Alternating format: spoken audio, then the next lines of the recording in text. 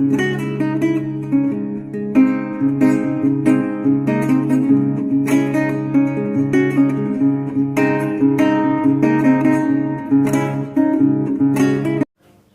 साथियों, स्वागत करता हूं आपके अपने YouTube चैनल पर द्विवेदी युग की प्रवृत्तियां। ये हमारा टॉपिक होने वाला साथियों आज का। द्विवेदी युग का समय क्या बताया गया है, जैसे कि आप जानते ही हैं, वो है 1900 ईस्वी से लेकर 1918 तक माना जाता है। और द्विवेदी युग के संबंध में एक सामान्य जानकारियाँ पहले हम पढ़ लेते हैं, फिर उसके बाद प्रवृत्तियाँ जो कि मुख्य हैं वही हम पढ़ेंगे। तो चलते हैं साथियों, वीडियो स्टार्ट करते हैं। पहला टॉपिक पहचानिए, पहला पॉइंट है हमारा, द्विवेदी युग का नामकरण आचार्य हजारी प्रसाद द्विवेदी के नाम पर हुआ है, जैसा कि सभी जानते हैं। दूसरा है, द्विवेदी युग की समयावधि सामान्यतः 1900 से 1918 तक मानी जाती है, ईस्वी तक मानी जाती है, ठीक है।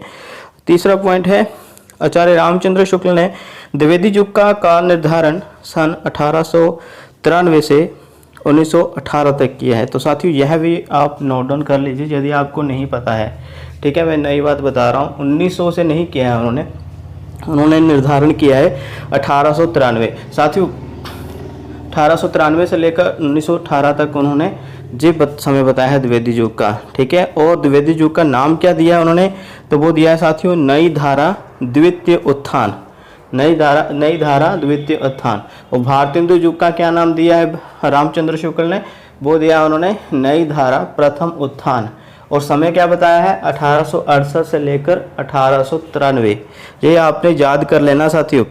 आगे डॉक्टर नागेंद्र क्या कहते हैं, द्विवेदी युग को जागरण सुधार काल नाम दिया है इन्होंने। यह एक महत्वपूर्ण जानकारी साथियों आपको दे रहा हूँ। डॉक्टर नागेंद्र ने द्विवेदी युग को क्या नाम दिया, जागरण सुधार काल नाम दिया है। आगे सरस्वती पत्रिका के प्रकाशन वर्ष से द्विवेदी युग का आरंभ स्वीकार किया जाता है। अगला है पॉइंट, सरस्वती पत्रिका का प्रकाशन 1900 ईस्वी के आरंभ में हुआ तथा महावीर प्रसाद द्विवेदी 1903 ईस्वी में इसके संपादक बने।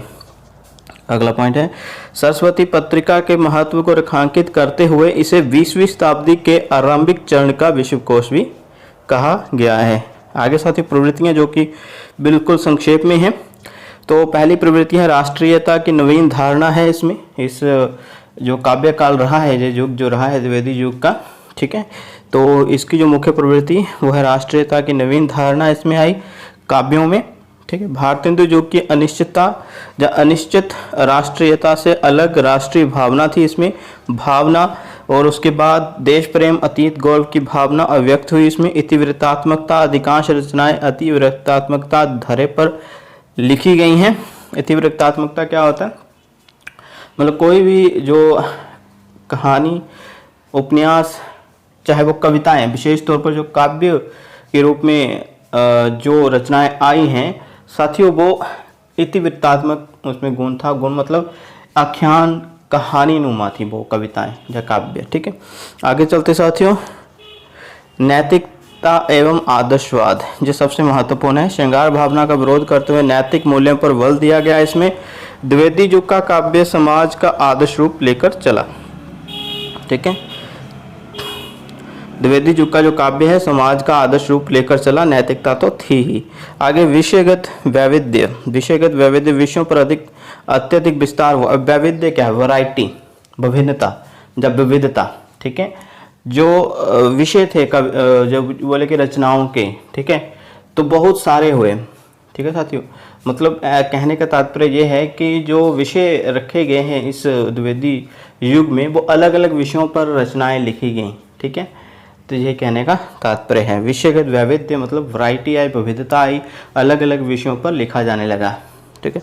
आगे चलते साथियों, साहित्य के स्वदेश्यता पर बल, साहित्य को मनोरंजन और उपदेश का माध्यम स्वीकार करते हुए स्वदेश्य लेखन पर बल दिया गया। मतलब अभी साहित्य का भी एक उद्देश्य था, उद्देश्य मतलब एम था, गोल था, ठीक है। मनोरंजन और उपदेश का माध्यम भी स्वीकार किया, मनोरंजन के तौर पर भी कविताएं या रचनाएं लिखी जाने लगी। आगे साथियों अगली विशेषता क्या है द्विवेदी युग की, वह है काव्य रूप की विविधता।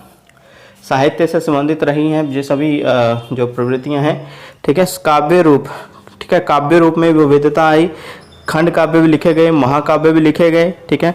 और प्रगीत मुक्तकों की भी इसमें रचना हुई, यानी मुक्त काव्य भी रचे गए, खंड काव्य भी थे और गीति काव्य जो बोले कि गीति नाट्य जो बोले कि महाकाव्य भी इसमें थे। तो साथियों ये कुछ प्रवृत्तियां आपके सामने प्रदर्शित की मैंने।